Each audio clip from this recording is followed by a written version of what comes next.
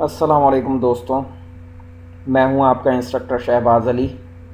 इस वीडियो के अंदर हम अपनी पीएचपी का इंट्रोडक्शन करेंगे कि पीएचपी क्या है, किस तरीके से पीएचपी काम कर रही होती है, किस चीज़ के ऊपर सर्वर साइड प्रोग्रामिंग क्या होती है, क्लाइंट साइड प्रोग्रामिंग क्या होती है, इन सब चीज़ों के ऊपर हम लोग बात करेंगे। ठीक है, पे के पीएचपी हमारी किस तरीके से वर्क कर रही है, कैसे वर्क कर रही है। अब पीएचपी का क्या होता है, पीएचपी की पहले तो मैं आपको फुल फॉर्म बता दूं। ठीक है, वो है hyper text pre processor language है। ठीक है, पहले जिस टाइम के ऊपर पीएचपी आई थी तो उस टाइम के ऊपर सबसे पहले जहाँ तक मुझे याद पड़ता है तो उस टाइम के ऊपर मैंने पढ़ा भी है कि उसको उसका जो है क्या नाम है, उसको कहा करते थे पर्सनल होम पेज। ठीक है, बट अब उसको जो है वो वक्त के साथ साथ उसके अंदर पीएचपी के अंदर इतने वर्जन भी आए, इवन उसका नाम ही उठा के इन्होंने चेंज कर दिया कि कहने लगे चलो भाई एक ही दफ़ा काम जो है वो पूरा कर दो। ठीक है, तो खैर अभी हम क्लाइंट साइड और सर्वर साइड के ऊपर। पीएचपी क्या है, वो आपकी सर्वर साइड प्रोग्रामिंग है। अब सर्वर क्या होता है, सर्वर आपका, अब ये फेसबुक है मेरे पास, आपके सामने खुली हुई है फेसबुक।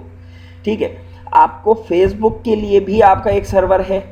ठीक है, फेसबुक अब है किस तरीके से। ठीक है, अब जैसे कि ये फेसबुक है, फेसबुक के अंदर अगर मैं अपना यूज़र नेम डालूंगा, अपना मैं पासवर्ड डालूंगा, तो उसी सूरत में मैं फेसबुक में लॉगिन होऊंगा ना। ठीक है, जिस सूरत में मैं फेसबुक के अंदर यूज़र नेम भी दूं, मैं फेसबुक के अंदर पासवर्ड भी दूं, देन मैं अपना जो है अकाउंट में मैं लॉगिन होता हूं। मतलब आपकी वो वाली लॉगिन डिटेल्स जो है वो किसी ना किसी जगह के ऊपर, वो किसी भी एक जगह के ऊपर, वो आपकी कहीं ना कहीं वो आपका सेव हुआ हुआ है ना डेटा। वो जगह कौन सी होगी, वो कोई सर्वर होगा, कोई ऐसी जगह होगी कि जिस जगह के ऊपर वो सारी की सारी आपकी, ये जैसे कि हम लोगों का यहाँ पर आप कुछ भी पोस्ट कर रहे हो, ये पोस्ट होने के बाद डायरेक्टली आपकी मतलब आईडी के ऊपर ये पोस्ट हुआ हुआ होता है, ये शो हो रहा होता है, शो हुआ हुआ। अब एक चीज़ है कि वो आपके पास शो हो रही है, अब मतलब ये चीज़ किसी जगह पे तो रखी भी होगी। अब वो जगह क्या होती है, वो जगह होती है समझ लें सर्वर।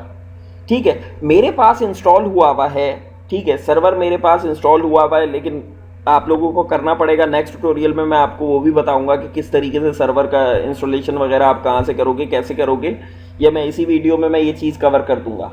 ठीक है, खैर अब इसके अंदर क्या होता है, सबसे पहले मैं अपना, मुझे जो है ना अपना लोकल होस्ट, जो मेरा जैम्प सर्वर जो है, जो मेरा इंस्टॉल हुआ हुआ है, मुझे वो चीज़ अपनी चलानी पड़ती है। सबसे पहले मैं अपने सर्वर को एग्जीक्यूट करवाऊंगा कि भाई अब मेरा सर्वर चल जाए। सर्वर चलने के बाद फिर मैं सर्वर में कोई भी चीज़ें मैं अपनी स्टोर करवा सकता हूँ, अपने डेटा को, वो सारी की सारी चीज़ें हो सकती हैं। वो चीज़ें हम आगे चल के करेंगे, बट अभी समझने के लिए एक चीज़ सर्वर है, तो सर्वर को हम देखते हैं कि सर्वर हम लोगों का किस तरीके से चल रहा है, किस तरीके से काम कर रहा है। ठीक है, तो अब इस जगह के ऊपर मैंने कहा लोकल होस्ट।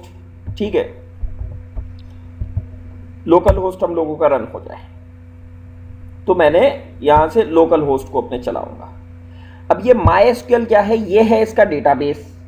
ठीक है, और ये अपाची क्या है, ये पीएचपी की फाइल्स को एग्जीक्यूट करवाती है, अपाची की सर्विस। ठीक है, अब चक्कर क्या होता है कि जो है सर्वर साइड और क्लाइंट साइड, अब ये थोड़ा सा स्टार्ट हो जाएगा, इतने जो है हम लोग उसके ऊपर बात कर लेते हैं कि आया सर्वर साइड के अंदर और क्लाइंट साइड के अंदर फ़र्क क्या क्या आएगा हमारे साथ। ठीक है, अब ये पीएचपी पे हम लोगों की, ये फेसबुक भी हम लोगों की पीएचपी के ऊपर ही बनी हुई है। ठीक है, अब मैं अगर ये कहूँ इस पेज के लॉगिन क्रेडेंशियल्स मुझे मिल जाएं, इस पेज के जो भी लॉगिन का इसका डेटा है वो डेटा इसका मुझे मिल जाए। ठीक है, सपोज इस पेज का मैं ये चाह रहा हूँ, मैंने राइट क्लिक किया, राइट क्लिक करने के बाद अगर मैं इस पेज के सोर्स कोड को देख भी लेता हूँ, मैंने देख लिया इस पेज के सोर्स कोड को। ठीक है, देखने के बाद मैं क्या चीज़ उठा सकता हूँ, मैक्सिमम भी अगर मैं इसमें गया ना, मैक्सिमम अगर मैं गया तो मैं इसका ये सोर्स कोड उठा सकता हूँ। इसके ये लिंक्स पे क्लिक कर करके जो भी इसकी मेरे पास फाइलें आ सकती हैं, जो भी CSS की फाइल्स, HTML की फाइल्स, जावास्क्रिप्ट की फाइल्स, जो मेरे पास ये वाली फाइल्स आ सकती हैं, मैं वो फाइल्स उठा सकता हूँ। बट मैं वो नहीं कर सकता कि मैं इसके लॉगिन क्रेडेंशियल्स उठा लूँ। लॉगिन की डिटेल्स इसकी किस जगह के ऊपर होंगी, वो इसकी मौजूद होंगी इसके सर्वर पे।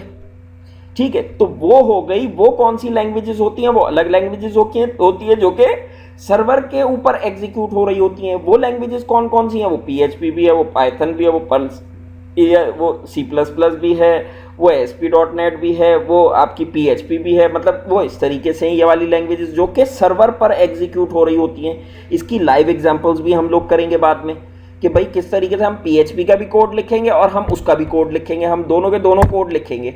दोनों कोड लिख के हम चेक करेंगे कि अब देखते हैं कि कौन सा ब्राउज़र के ऊपर कोड नज़र आ रहा है, कौन सा नहीं आ रहा है ब्राउज़र के ऊपर नज़र। ठीक है, ये सारी की सारी चीज़ें हम लोग लाजमी करेंगे। अब क्या है सर्वर? अब ये होता है हम लोगों का सर्वर जहां पर आपका डेटा जाके स्टोर हो रहा होता है। हम इस सर्वर पे कर रहे हैं, हर किसी का अपना वो होगा, ठीक है, यूज़र इंटरफेस हर किसी का अपना होता है, लेकिन मैं जैम्प पे काम कर रहा हूँ तो जैम्प का ऐसा है। ठीक है, ये रहा PHP माई एडमिन। PHP के माई एडमिन में, PHP के एडमिन के अंदर हम लोग जाते हैं, यहाँ पर हम लोगों का होगा MySQL का डेटाबेस।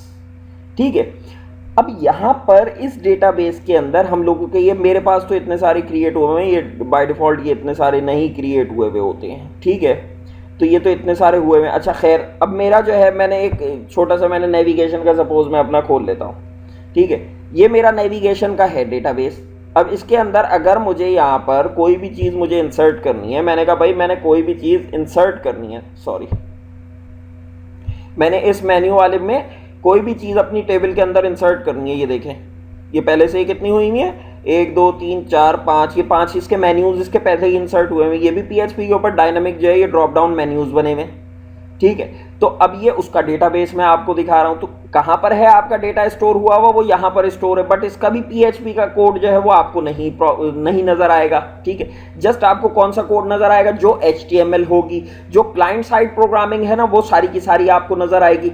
बट जो सर्वर के ऊपर एग्जीक्यूट आपकी हो रही होती है PHP, वो नहीं होती, वो आपकी सिक्योर भी होती है, वो आपके लिए जो है वो अच्छे से काम भी कर रही होती है, उसकी वही चीज़ आपकी मेन होती है। अब इस तरीके से फेसबुक वाली अगर आपने साइट बनानी है, यार मैं ऐसी बना लूँ, यार मैं ऐसी बना लूँ, अगर इस तरीके की भी आपकी सोच होगी तो आपको पढ़ना ज़रूर पड़ेगी कोई भी इस तरीके की लैंग्वेज। ठीक है, लेकिन मैं सबसे ज़्यादा जो मैं सजेस्ट करता हूँ वो मैं करता हूँ PHP को, क्योंकि PHP सबसे ज़्यादा पावरफुल लैंग्वेज है। ठीक है, तो ये था हमारा PHP का इंट्रोडक्शन। इंशाल्लाह नेक्स्ट वीडियो में हम दोबारा से आएंगे और हम जैम्प को की इंस्टॉलेशन के ऊपर बात करेंगे कि जैम्प को आप किस जगह से कैसे कैसे आप इंस्टॉल करेंगे। देन उसके बाद वाली क्लास के अंदर हम लोगों की PHP प्रॉपरली स्टार्ट हो जाएगी। ठीक है, तो टिल देन अल्लाह हाफिज़।